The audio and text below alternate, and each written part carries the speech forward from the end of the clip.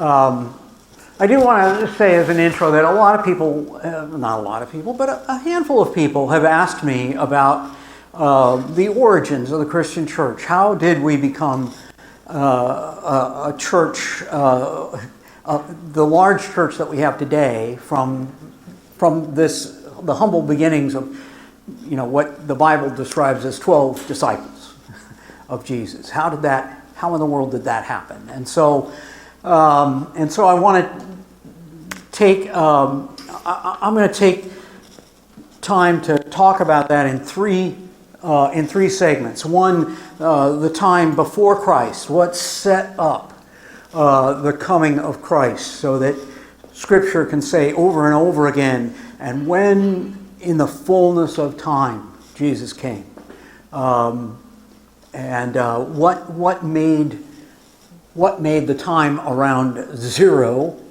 AD to be the fullness of time? What is it that made it that? So that'll be the first segment today. And then we'll talk about the time while Jesus is alive and shortly after his death, maybe the first 100 years of the Christian church. And then we'll talk about the next 300 years, how the church survived persecution, how it became the religion of the empire, and how after becoming the religion of the empire, there was a significant movement to become different than the empire, to become other than the empire. And that tension is still with us today. So, I put my resources here. I want to say that there is absolutely no definitive history of the Christian church. The latest attempt at that was done by Diarmaid MacCulloch. He wrote his book in 2016. He called it Christianity, the First 3,000 Years. I thought that title would be intimidating, so I didn't use it. I said the first 400 years. But yeah. And then I prefer this book, A Short History of Christianity. Robert Bruce Mullen, a very readable text. The Protestants believe Roland Bainton has the definitive history text. The Baptists believe Kenneth Letourneau was the complete, the definitive text. It's all depends on your denomination. So McDermott tries to embrace all denominations.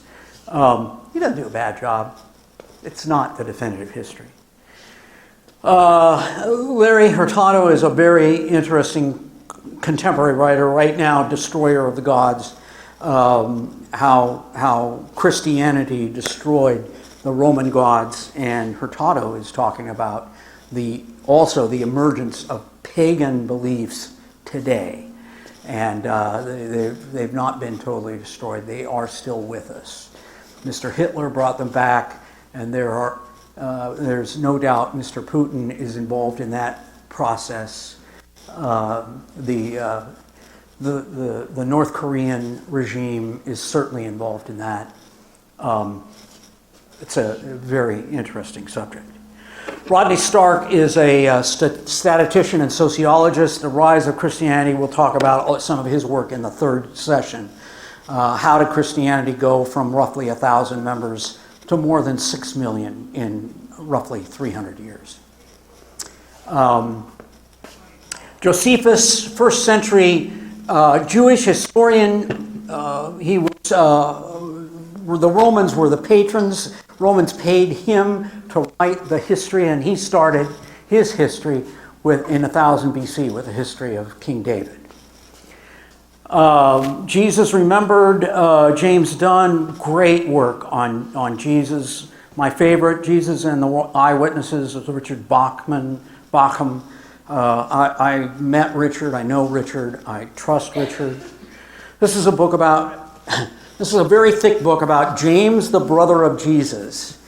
There are a couple others that are smaller and more accessible. This has everything you ever want to know about James, the brother of Jesus, and then some.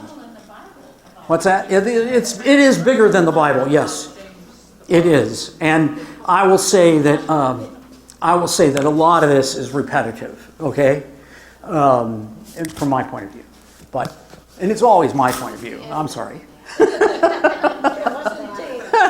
It's my point of view. But yeah, this is a slog, okay?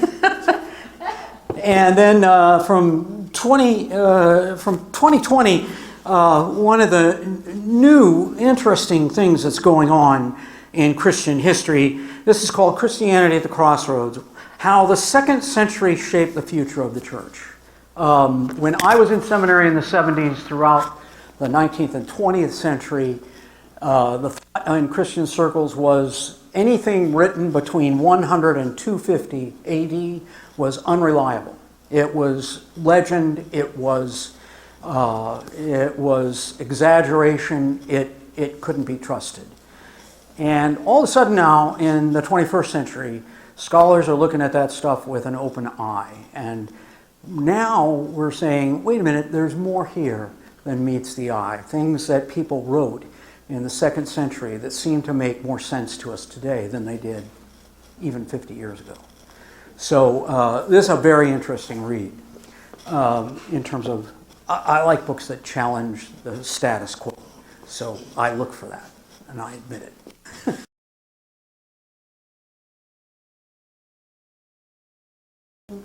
McCullough starts in 1000 BC. 1000 BC is a fictional number. It's what Christians and Jews have traditionally said is the date when David is anointed, crowned, and forms a treaty with all 12 tribes of Israel and becomes the leader of all 12 tribes. Saul is King Saul, who was probably 20 years before David, and who reigns over the tribes for about 20 years. He always has a hard time including Judea, this southern part, who will answer Saul's call when they feel like it, and will not answer Saul's call when they don't feel like it. And Judea gives shelter to David when he's running from Saul, hiding from Saul, because Saul sees him clearly as a threat to his reign. And so David goes down into the caves and the wilderness around the Dead Sea, and the Judeans give him aid and comfort. They care for David out there. So it will sometime around 1000 BC, and we just kind of pick that number arbitrarily. It's fictional, and yet it's close.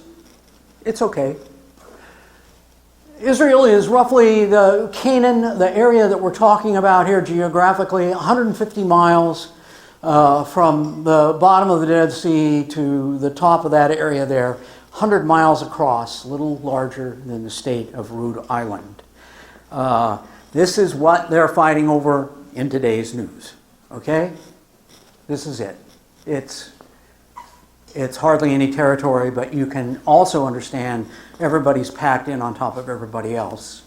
And when they're shooting 150 rockets, when they're dropping 100 bombs, it's going to do a lot of damage. And this is the area we're talking about.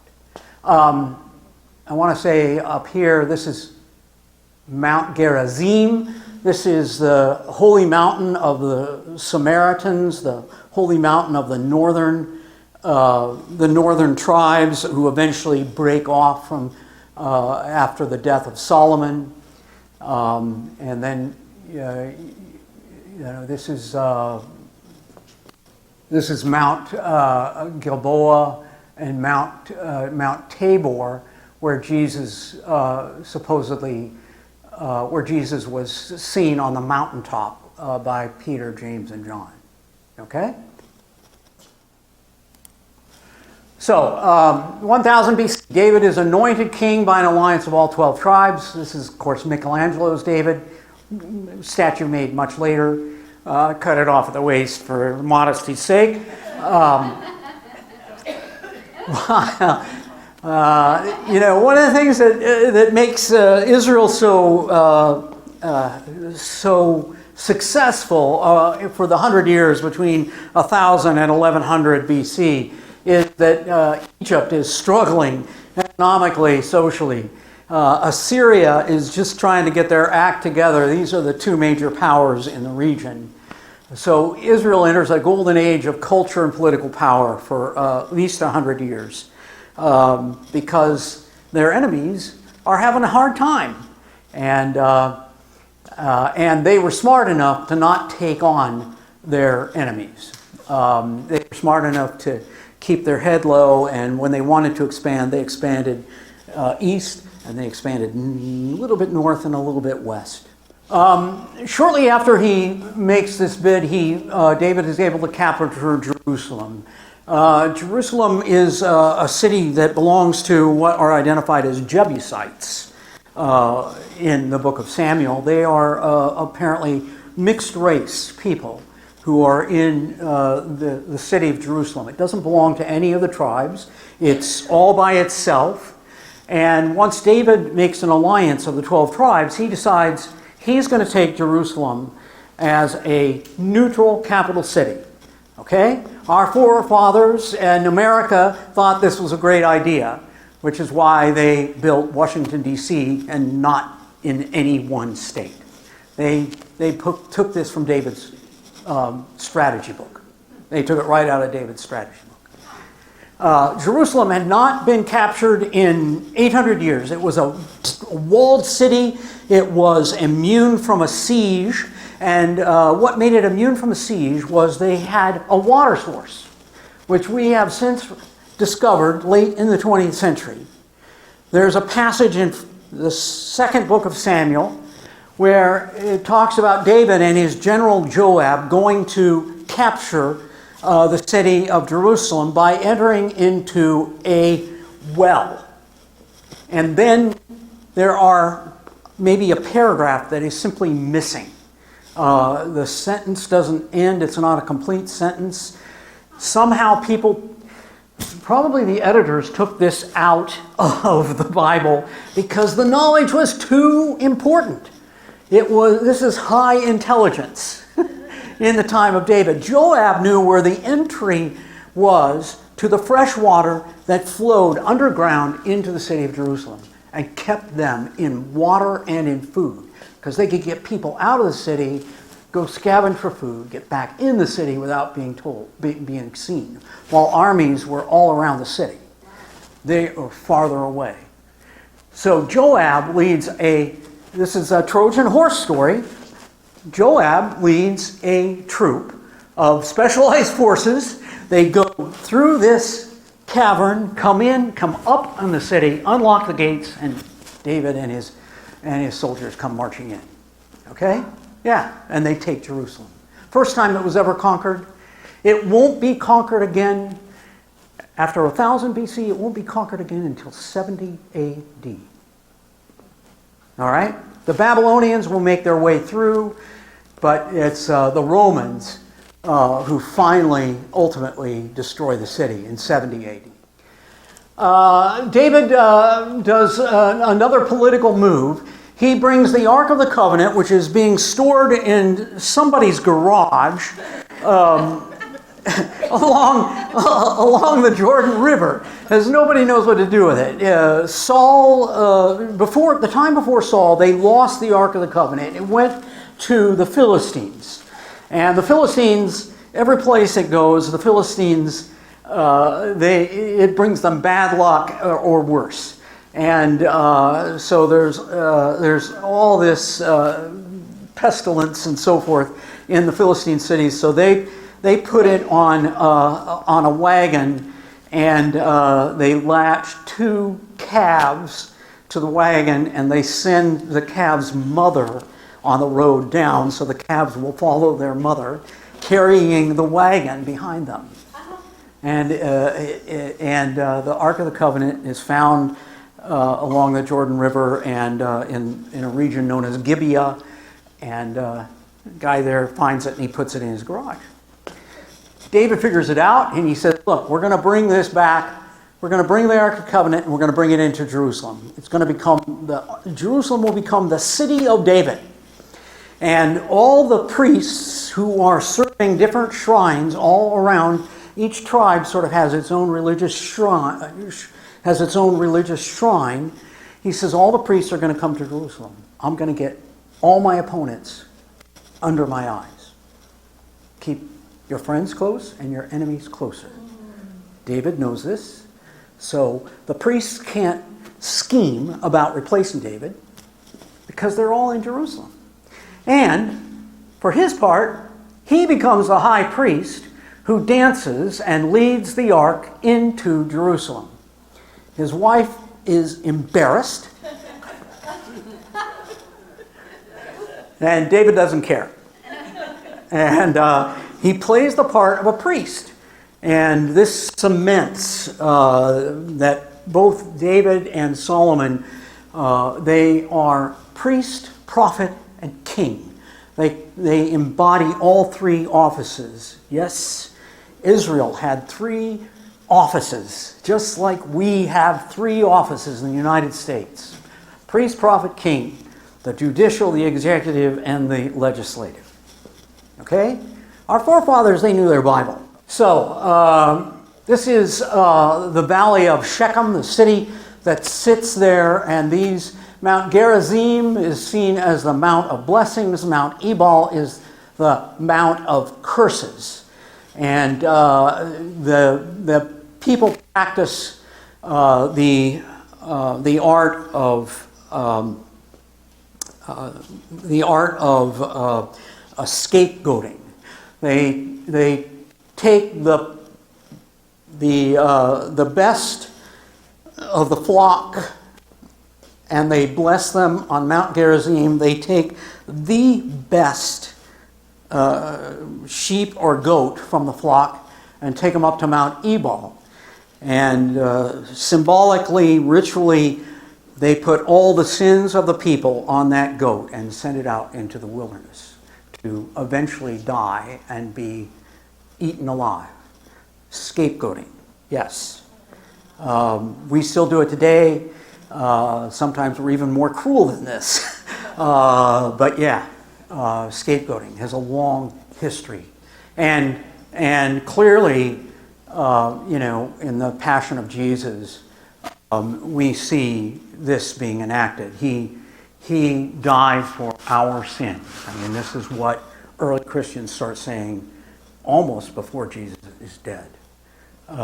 They recognized scapegoating and that Jesus had been one of the scapegoats, the lamb without any blemish. After Jeroboam leads the people up to Mount Gerizim and to the area known as Samaria, he takes 10 tribes. Rehoboam, the other son of Solomon, he keeps his people in Jerusalem. And the country known as Israel, the 10 tribes, they are a buffer between Assyria and the Judeans, who are down south. The Assyrians eventually invade the northern kingdom, and they take most of the Israelites to Syria, to Damascus and beyond. And the others, they intermarry and they occupy the territory known as Israel, which later will be Samaria. Which is why in Jesus' time, Samaritans are considered half-breeds. Okay? This was the moment when the half-breeding began. Sometime in the 7th century, we have this Assyrian engraving that archaeologists found in the 20th century that shows an Assyrian leader taking Israelites and into the city, carrying booty on their backs. In 586, the Babylonians come into Jerusalem. Actually, from the time of Solomon, one of the things that Israel's kings did really poorly, Solomon wasn't a military leader the way David was. Solomon was a manager, and he built the temple, he built a palace, and he built the military-industrial complex in Israel. He captured a copper mine in Edom, and he made it a copper mine for his rule. And the legend of the mines of Solomon, not gold mines, they were bronze mines. They were copper mines. Nobody says the gold of northern Michigan, but there was a time when the copper mines were the gold of northern Michigan. So Solomon's greatest sin was he sold weapons, he sold horses, he sold chariots, he sold them to anybody that wanted to buy them. And eventually those chariots and soldiers were used against him. And the king in Jerusalem, he made the similar problem. He invited the Babylonian lords to come to Jerusalem and have a tour of the city and a tour of the temple, and to say, we can be friends here. Take this tribute. And the Babylonians liked it so much they came back 10 years later and took the whole thing. And then they came back. That was 594, they came back, and then 586, they came back and finished the job. So they're under Babylonian rule and then Persian rule. And then in 330 BC, Alexander the Great, on his first world tour, he stopped in Jerusalem and made Jerusalem part of his new empire. Again, Alexander, I think history gives him a bad rap. He wasn't really building an empire. Alexander just wanted everybody in the world to know the wonders of Greek culture. And he wanted them to understand that the Greeks had the best way of life possible. So what we're going to do is we're going to conquer you and we're going to turn you into Greeks. But it's okay. Jews didn't really like it very much. Okay? These Greeks, they had this wonderful gym plan, and you could get yourself in great shape by going to the gym plan. The only catch was you had to exercise naked. And the Jews said, no. That's not what we do. and they also, they ate tons of pork. And they sacrificed pigs all over the place, and that didn't sit well either. And so after Alexander is dead, there comes along his grandchildren, and the most notorious Antiochus IV Epiphanes. Now you are seeing a god. His name is Antiochus. Now you are seeing a god. And I'm the fourth one. He ruled the Middle East from 175 to 164 BC. He is often pictured with horns and fangs in Jewish literature. He's famous for, on his wife's birthday, the gift he gave her were 400 Pharisees that he had crucified on every road leading into Jerusalem, so that everyone would know that Antiochus was king, not God. This God you say is your king, not true. You're fooling yourselves. And then for good measure, he took pigs into the temple and he sacrificed them there, so the blood of pork was on the temple floor. Not good. Yeah, this is another picture of wicked Antiochus, pictured here holding the snake. And again, the biblical imagery is intentional. The snake is Satan. The snake is the devil. And that's Antiochus's primary advisor. Josephus, in his history, records Antiochus's many foul deeds. The book of Maccabees, which is part of New Testament Apocrypha, but it's not part of the Jewish Bible. It's not part of the Tanakh. So Christians are the only ones that consider it sacred literature. And this illustration was put to the book of Maccabees in the 17th century. But yeah, the artist wants us to see Antiochus associated with the devil, with Satan.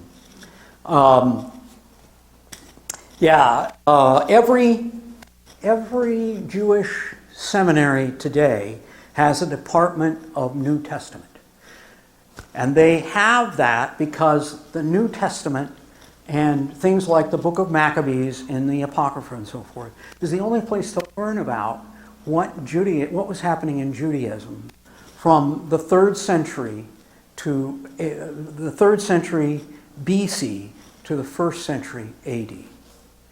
Without this, there's no records. And so they, since about 1960, 1970, Jewish seminaries started adding departments of New Testament. And they continue to do that today. Judas Maccabeus is the hero of Hanukkah, a rebel king and priest, a king like David. He led a successful revolt. He drove out the Seleucids in about 167. He negotiated a tentative peace with Rome, but he ended up dying in battle against the Romans. Eventually, the Maccabees won their religious independence from Rome in 158, but they weren't allowed to have anything like a king ever again. So Judas Maccabeus, actually the last king of Judah, if you will.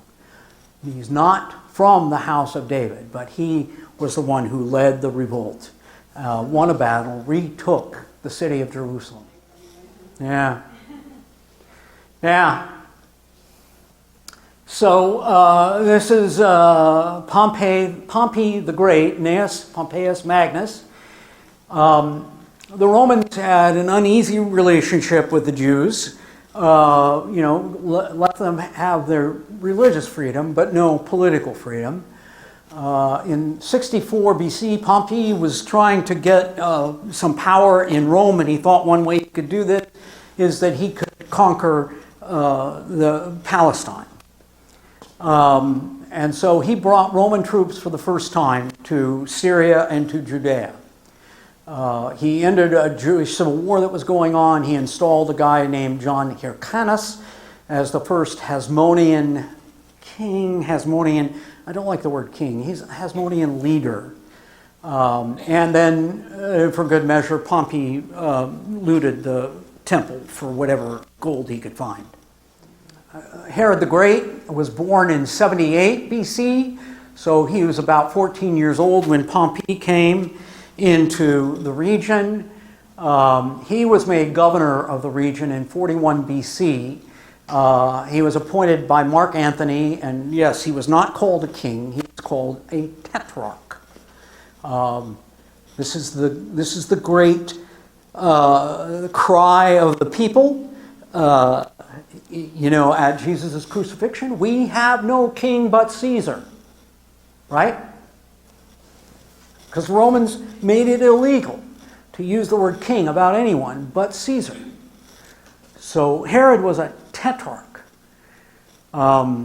His father was an Edomite known as Antipater, and after he died, Herod was made by Mark Antony into this tetrarch. He was a foreigner by blood, half Edomite, half Jew, and so he was always considered, and he and his house were always considered half-breeds. And this is what John the Baptist was preaching that made Herod and his son Herod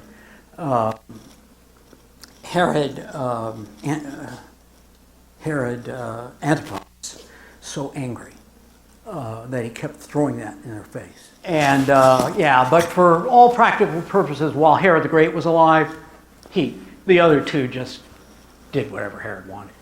And then when Herod died, it went to three of his sons, and they had a more difficult relationship. Herod Antipas married his brother Philip's wife. Okay, not the best way to start a family reunion. So Herod the Great was really renowned as an architect, and the ruins in Israel to this day are all over the place, where you can see examples of his architecture, things that he built. He famously built a mountain, and this is before bulldozers, so I'm not sure the technology that we used to do this, but he built 1,000-foot high mountain and put his panic room at the top of it, so that if he was ever invaded, he was going up that mountain and he was going to defy anybody to come get him. And he made the city of Masada, which Jews would use later as an escape from the Romans, until the Romans conquered Masada in 73 AD. So Herod, he was a friend of Mark Antony when the Roman Civil War ended. I've told this story many times. Octavius, who actually won the war and named himself Caesar Augustus, he called Herod to Rome to say, "What the heck are you doing giving money and arms to my enemy?" Everybody thought when Herod left town he would die, but Herod sweet-talked Caesar Augustus and said, "I'll be your friend and I'll be more loyal to you." And then he went home and he built the city of Caesarea Philippi. He's trying to make peace with his son Philip and with Caesar Augustus, and so he named that town after them, Caesarea Philippi. When Herod died, he had made plans. He died in 4 BC. He had made plans.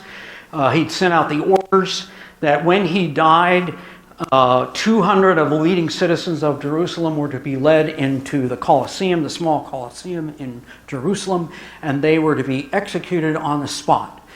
And his thought in this was, nobody's going to weep for me when I die, so they'll cry for their relatives, and there will be great weeping on the day of my death. And that was his orders. You'll be pleased to know that the soldiers who received those orders did not carry them out. After Herod was dead, he was just good and dead. And they didn't follow through. But that tells you, I mean, these are the real things that happened. We don't have any record of the murder of the innocents outside of Bethlehem. But it does not stretch the imagination that such a thing would have been ordered by Herod the Great. He was certainly more than capable of making such an order. Not an easy world to live in, right? So all this is happening in Israel. One of the things that happens in 1000 BC is that David has enough power, enough leisure time that suddenly he's got a writing corps. He's hiring scribes. He himself probably wrote 50 of the 150 Psalms. There are others that are attributed to him, maybe written by his scribes. And then we think large portions of the book of Genesis were edited and written in David's reign. Large portions of the book of Judges and Joshua, all those things were written down. And then the next time that Israel has time on their hands is when they're in exile in Babylon, and that's when they begin to record the words of the prophets, writing those words down. And so these are the two periods of biblical writing, right around 1000 BC, and again around 600 to 500 BC, when most of the Bible is actually written.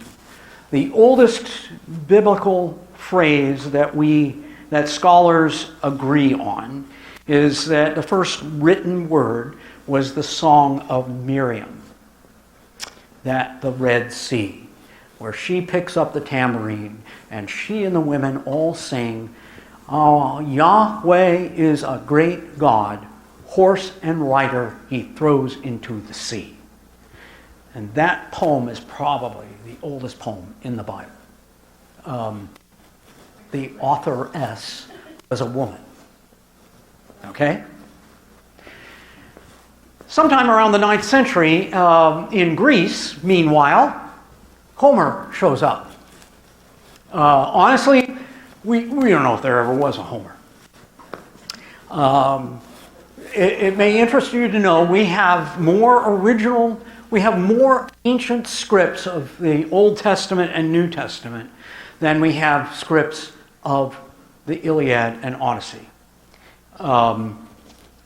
But this opens up the time of Greek literature and Greek poetry. The war between Athens and Troy took place sometime around 1200 BC, and Homer starts writing about it in around 900 to 850 BC.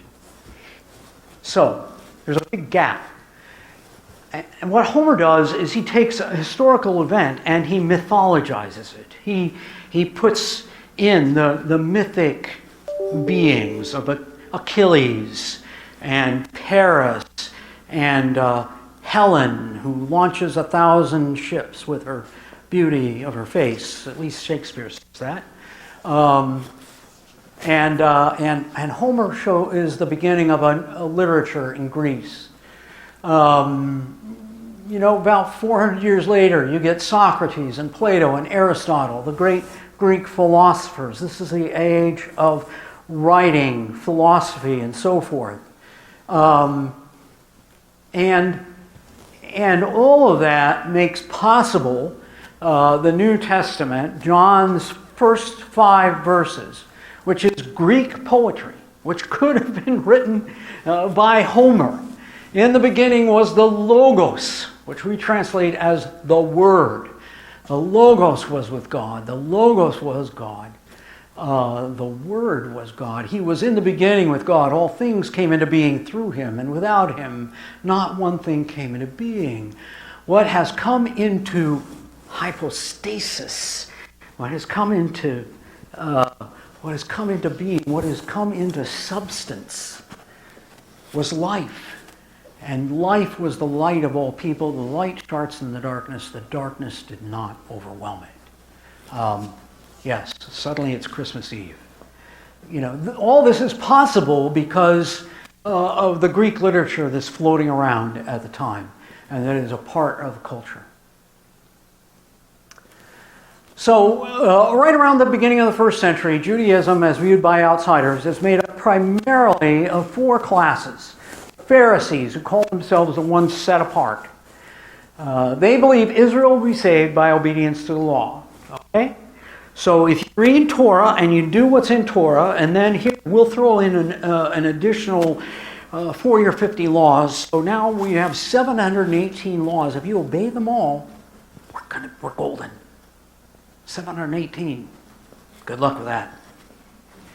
The Sadducees, another class of leader in Israel, says that Israel is going to be saved by faithful temple practice. So they are the keepers of the temple. It's from their class that the high priests come, and all the priests come. And they understand the most important thing is to keep the temple up and operating. Keep people practicing their faith. No more sacrifice of pigs. They think the temple is their salvation. There are a group known as the Essenes who basically gave up on this whole thing. The Essenes thought the Pharisees were corrupt, the Sadducees were corrupt.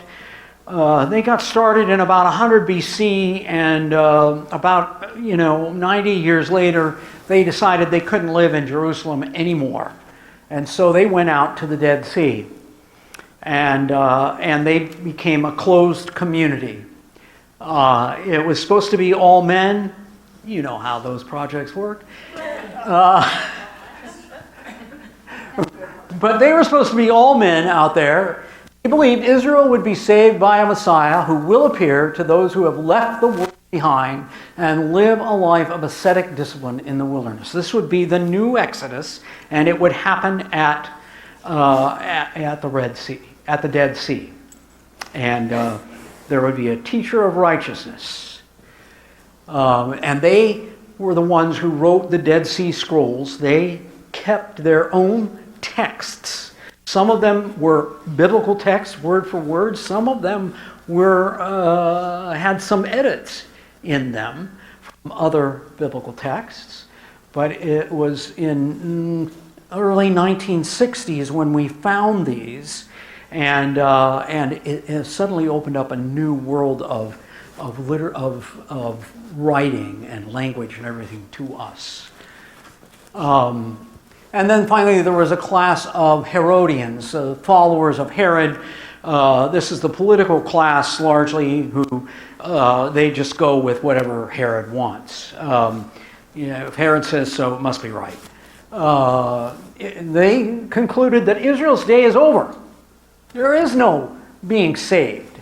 The people will be saved by throwing in with the Herods who mediate between Rome and the people. We need these Herodians to keep the Romans at arm's length. And then we can go about our lives in peace.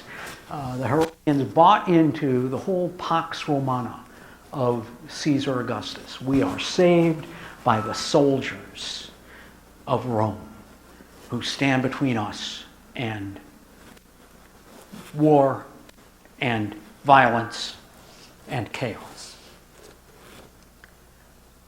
From the inside, Judaism looked like a group of scribes who were the lawyer, scholars, teachers. Eventually, they will become the rabbis, usually the scribes from the Pharisaic class, by about 100 AD, have become the rabbis that resemble the rabbis we have today. There are priests who can trace their descendants to the tribe of Levi.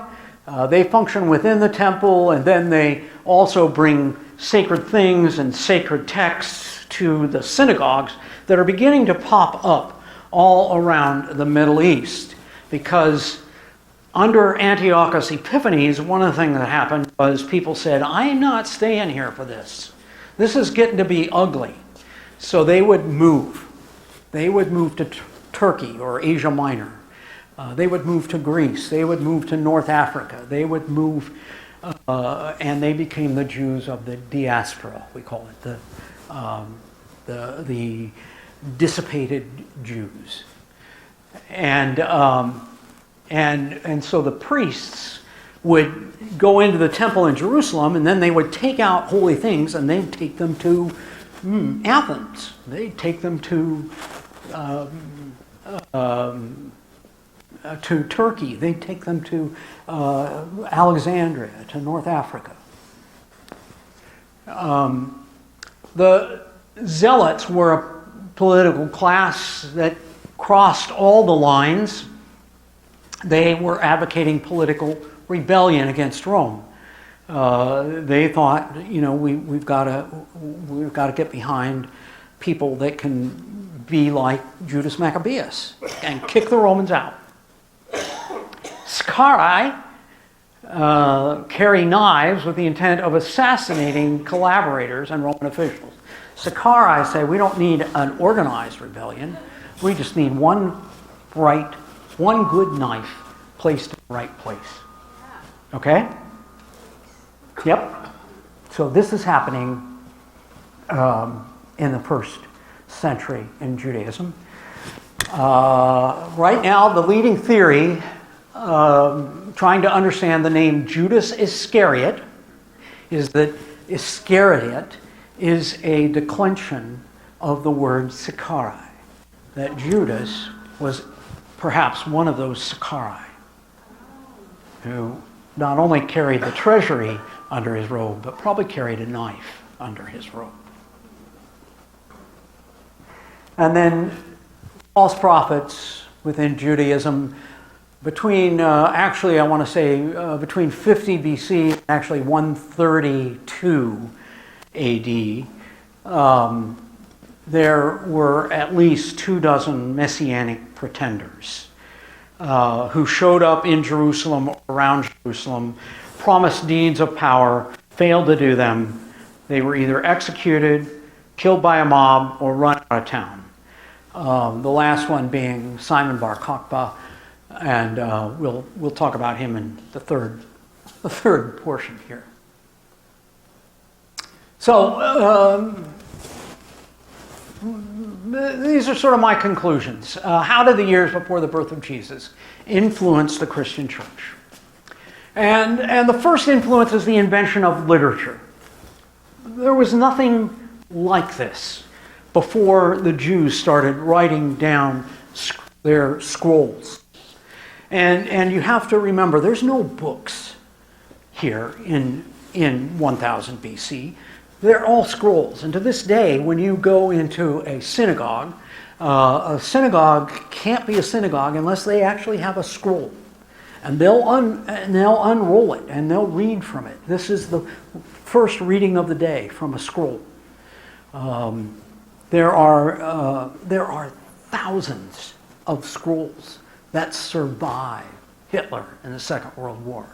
And to have one of those scrolls in your synagogue, this is highly sacred literature. The first time that they took the Old Testament and made it into a book was about 100 BC. And they made the Old Testament into a book and they translated it into Greek. The book is known as the Septuagint because supposedly 70 scholars in 70 days translated all the Old Testament into Greek and made it into a book. That would be quite a trick, right? But I wasn't there. But in the book of Acts, if you remember the story of Philip is walking down a road outside of Jerusalem, and the Ethiopian Enoch comes behind him on a wagon, and he's reading from a Septuagint. He's reading out loud because, again, it wasn't until modern times that reading out loud was considered a no-no. If you could read, you always read out loud. Other people who couldn't read, they wanted to hear what you were reading. So you read out loud. And Philip is walking down the road, and this eunuch is reading Isaiah out loud. And Philip says, "Hey, do you understand what you're reading?" And the Ethiopian eunuch says, "Not really." And Philip jumps up in the wagon next to him and explains how the suffering servant of Isaiah is Jesus of Nazareth. And the eunuch says, "Okay, here's some water, baptize me." And that's what happens. Yeah, so that story is there because of the literature that it was taking 1,000 years to develop, the Old Testament, in 1000 BC. 100 years later, Greek poetry and philosophy. Confucius is writing in 500 BC. The Upanishads in India are being written in 800 BC. Buddha's story is being written in 500 BC. This is more than a coincidence in my eye. This is the world becoming a literate people everywhere, all roughly within 500 years of one another. It's an amazing phenomenon. The other thing that happened, especially once the Romans got involved, they started to develop roads, trade routes, increased travel, and migration patterns. One of the reasons Jews could leave Jerusalem is because there were roads out of town that led somewhere. One of my second cousins in England, Whenever I was traveling with him across England, he'd pause off the side of the road. He said, "We're on a Roman road now." And he'd say, "You'll know because it goes straight." The English make roads in circles. The Romans make them straight. Yeah, he was a kick. We've also discovered more recently the formalization of oral traditions that was happening in this same period of time before Christ. And it is continuing to go on today. It is called Haflat Samar. This idea that you gather in small groups of people around fires in villages and small towns, and you repeat the stories, you repeat the history, you repeat the legend. The oldest person in the room tells his or her story first, and then it goes on down, so that every person, and they repeat them verbatim. Ken Bailey spent 50 years in Lebanon, Israel, and Jordan recording, and he said, I can look at something I recorded in 1955 and hear it again in 1999, and it's word for word the same. Wow. It's formalized oral tradition. It's not a game of telephone. It is what Ray Bradbury described in Fahrenheit 451. You become the book. You become the book. And that's what was going on in the ancient world pre-Christ and in Christ's lifetime. The other thing that's happening even before the birth of Christ is the changing role of women in Greek, Roman, and Middle Eastern society. We already see some of that in Jesus' time, where Luke will say that there are these three women, Mary Magdalene, the wife of Teresa, and somebody else, Susanna, how could I forget Susanna? Who are funding, they're funding the disciples on their way. They are their matrons. So in Greek and Roman world, women were, if you could survive the treachery, you could inherit wealth, especially if you were a woman who's got an important father or grandfather. In Middle Eastern society, women are slowly but surely coming out of the shadows, and you begin to see that in the New Testament. The idea that the New Testament would agree that the first people who saw the risen Christ were women at the tomb. That signifies a new world order. Something new, something unusual is happening. How can this be? And then I would be amiss if I didn't say that something else that's happening is the hidden hand of God. The influence of the Holy Spirit, if you will, what the Greek language calls Sophia, or wisdom.